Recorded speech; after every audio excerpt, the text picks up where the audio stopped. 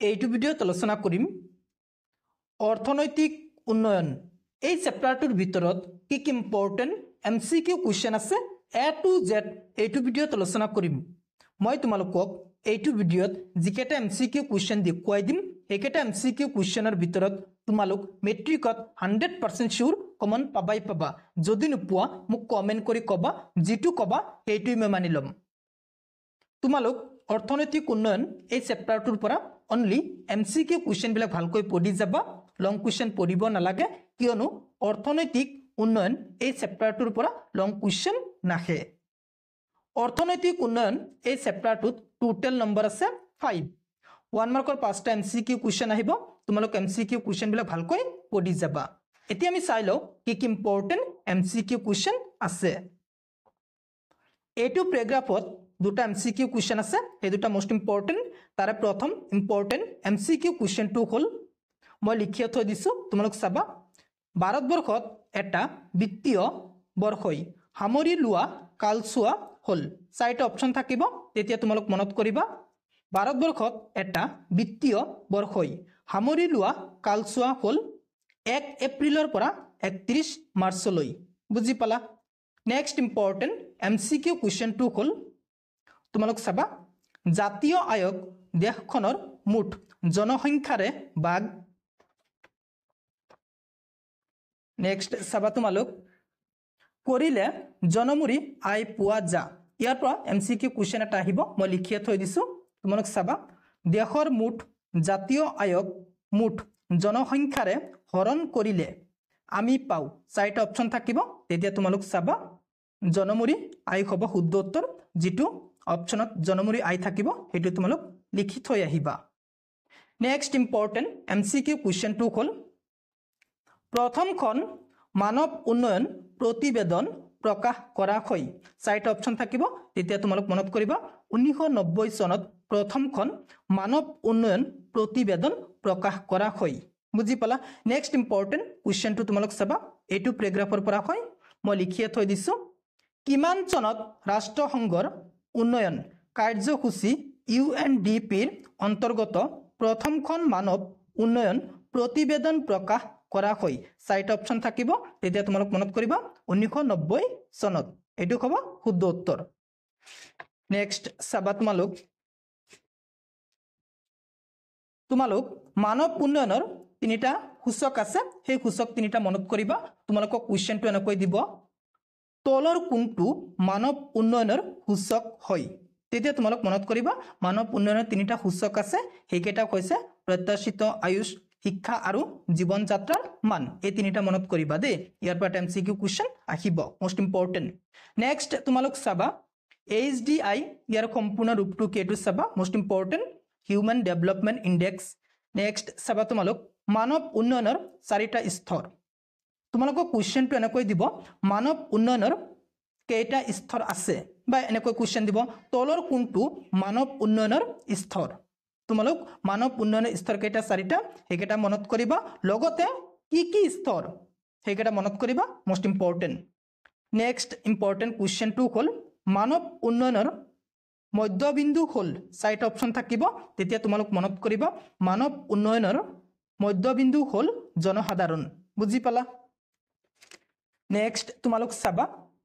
ভাৰতবৰ্ষৰ পৰিকল্পনাসমূহ এটো টেবুলৰ পৰা এটা মোস্ট ইম্পৰ্টেন্ট এমসিকিউ দিবই তোমালোক ভালকৈ চাবা তোমালোক কোৱেশ্চনটো এনেকৈ দিব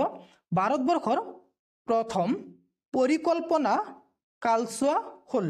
চাৰিটা অপচন থাকিব তেতিয়া তোমালোক মনত কৰিবা ভাৰতবৰ্ষৰ পৰিকল্পনাৰ প্ৰথম পৰিকল্পনা কালচোৱা কিমান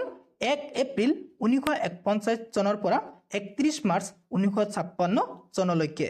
তোমালোক প্ৰথম দ্বিতীয় তিনিখন বাৰ্ষিক পৰিকল্পনা দুখন বাৰ্ষিক পৰিকল্পনা দুখন বাৰ্ষিক পৰিকল্পনা তাৰ পিছত একাদশ দ্বাদশ এইকেটাৰ তোমালোক সময়ছোৱা চাবা দে মোস্ট ইম্পৰ্টেন্ট তোমালোক কোৱেশ্চনটো এনেকৈ দিব ভাৰতবৰ্ষৰ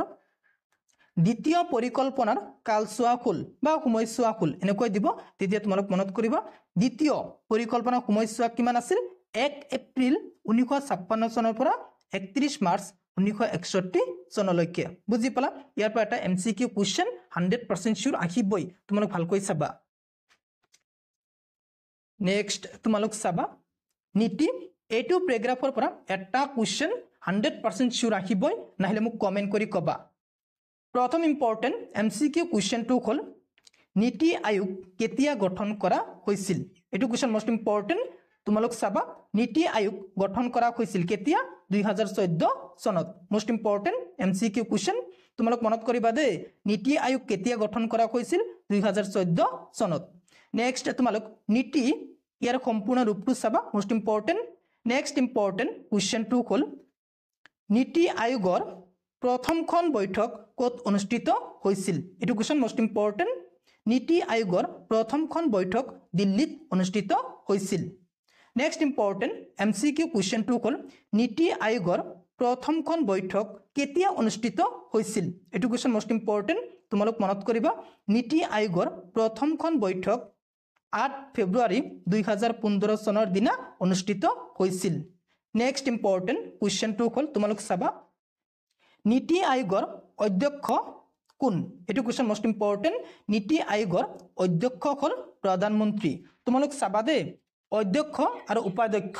অধ্যক্ষ হৈছে প্ৰধানমন্ত্ৰী আৰু উপাধ্যক্ষ প্ৰধানমন্ত্ৰীৰ দ্বাৰা নিযুক্ত এটোটা মোস্ট ইম্পৰ্টেন্ট নেক্সট তোমালোক চাবা নীতি আয়োগৰ সদস্যসকল মনত কৰিবা ইয়াৰ পৰা কুৱেশ্যন এনেকৈ দিব তলৰ কোনজন নীতি আয়োগৰ সদস্য এনেকৈ কুৱেশ্যন দিব তেতিয়া তোমালোক মনত কৰিবা সদস্য কেইটা মনত কৰিবা তেতিয়া তোমালোক সেই কুৱেশ্যনটোৰ উত্তৰ পাৰিবা ইয়াৰ পৰা 100% চিউৰ এটা কুৱেশ্যন আহিবই নাহিলে মোক কমেন্ট কৰি কবা যিটো কবা সেইটোই মই মানি লম আকৌ মই কুৱেশ্যন কেইটা কৈ দিছো নীতি আয়োগ কেতিয়া গঠন কৰা হৈছিল এটো এটা মোস্ট ইম্পৰ্টেন্ট নেক্সট নীতিৰ সম্পূৰ্ণ ৰূপটো চাবা নেক্সট নীতি আয়োগৰ প্ৰথমখন বৈঠক ক'ত অনুষ্ঠিত হৈছিল হেতু চাবা নীতি আয়োগৰ প্ৰথমখন বৈঠক কেতিয়া অনুষ্ঠিত হৈছিল হেতু চাবা নীতি আয়োগৰ অধ্যক্ষ কোন প্ৰধানমন্ত্ৰী হেতু চাবা উপাধ্যক্ষ হেতু চাবা প্ৰধানমন্ত্ৰীৰ দ্বাৰা নিযুক্ত আৰু নীতি আয়োগৰ সদস্যসকল চাবা ইয়াৰ পৰা এমসিকিউ কুৱেশ্যন দিব তোমালোক ভালকৈ চাবা দে মই জিকেটা এমসিকিউ কুৱেশ্যন কৈ দিলো নেক্সট ইম্পৰ্টেন্ট এমসিকিউ কুৱেশ্যনটো হ'ল 1950-51 চনৰ পৰা 1990-91 চনৰ সময়ছোৱাত ভাৰতীয় অৰ্থনীতিৰ উন্নয়নৰ গুৰি বঠা ধৰিছিল চাৰিটা অপচন থাকিব তেতিয়া তোমালোক মনত কৰিবা ৰাজহুৱা খণ্ডই এটো হ'ব শুদ্ধ উত্তৰ নেক্সট চাবা তোমালোক নেক্সট ইম্পৰ্টেন্ট এমসিকিউ কুৱেশ্যনটো হ'ল ভাৰতবৰ্ষত সেউজ বিপ্লৱৰ সূচনা কৰা হয় চাৰিটা অপচন থাকিব তেতিয়া তোমালোক মনত কৰিবা 60 দশকৰ মাজভাগত ভাৰতবৰ্ষত সেউজ বিপ্লৱৰ সূচনা কৰা হয় নেক্সট তোমালোক চাবা নেক্সট ইম্পৰ্টেন্ট এমসিকিউ কুৱেশ্যনটো হ'ল দেশৰ আৰ্থিক ব্যৱস্থাৰ ওপৰত থকা ৰাষ্ট্ৰৰ নিয়ন্ত্ৰণৰ শিথিলকৰণ হ'ল চাৰিটা অপচন থাকিব তেতিয়া তোমালোক মনত কৰিবা দেশৰ আৰ্থিক ব্যৱস্থাৰ ওপৰত থকা ৰাষ্ট্ৰৰ নিয়ন্ত্ৰণৰ শিথিলকৰণ হ'ল উদাৰীকৰণ বুজি পালা নেক্সট ইম্পৰ্টেন্ট এমসিকিউ কুৱেশ্যনটো হ'ল চৰকাৰী নিয়ন্ত্ৰণ আৰু ব্যৱস্থাপনাৰ অধীনত থকা প্ৰতিষ্ঠানসমূহ বেচৰকাৰী খণ্ডলৈ মুকলি কৰি দিয়া নীতিয়ে হ'ল চাৰিটা অপচন থাকিব তেতিয়া তোমালোক মনত কৰিবা ব্যক্তিগতকৰণ হ'ব শুদ্ধ উত্তৰ হৈ গল আৰু এমসিকিউ নাই মোস্ট ইম্পৰ্টেন্ট এমসিকিউ কুৱেশ্যন নাই তোমালোক চাবা অনুহলনি কুৱেশ্যন কেইটা পঢ়িব নালাগে কিয়নো লং কুৱেশ্যন নাহে এটো চেপ্টাৰৰ পৰা মই তোমালোকক এইটো ভিডিঅত জিকেটা এমসিকিউ কুৱেশ্যন দেখুৱাই দিলো হেকেটা কুৱেশ্যন ভালকৈ পঢ়ি যাবা 100% কমন পাই যাবা তোমালোক মোক কমেন্ট কৰি কবা এক্সাম দি আহি কমন পঢ়িছে না নাই আৰু তোমালোক ভালকৈ পঢ়া যেহেতু এক মাহ আছে এক্সামৰ ভালকৈ পঢ়া এক্সামৰ ভালকৈ লিখিবা আৰু ভাল ৰিজাল্ট কৰিব লাগিব মই যিমান পাৰো তোমালোকৰ কাৰণে ভিডিও বিলাক বনাই মই ইউটিউব চেনেলত আপলোড কৰিব চেষ্টা কৰি আছো তোমালোক 20 তাৰিখৰ পৰা ৰেগুলাৰ ভিডিও পাই যাবা একো টেনচন কৰিব নালাগে মই যিমান পাৰো তোমালোকক হেল্প কৰিব ট্ৰাই কৰি আছো যদি তুমি মোৰ চেনেলত প্ৰথমবাৰৰ পৰা মোৰ চেনেলটো সাবস্ক্ৰাইব কৰিবা thank you watching the video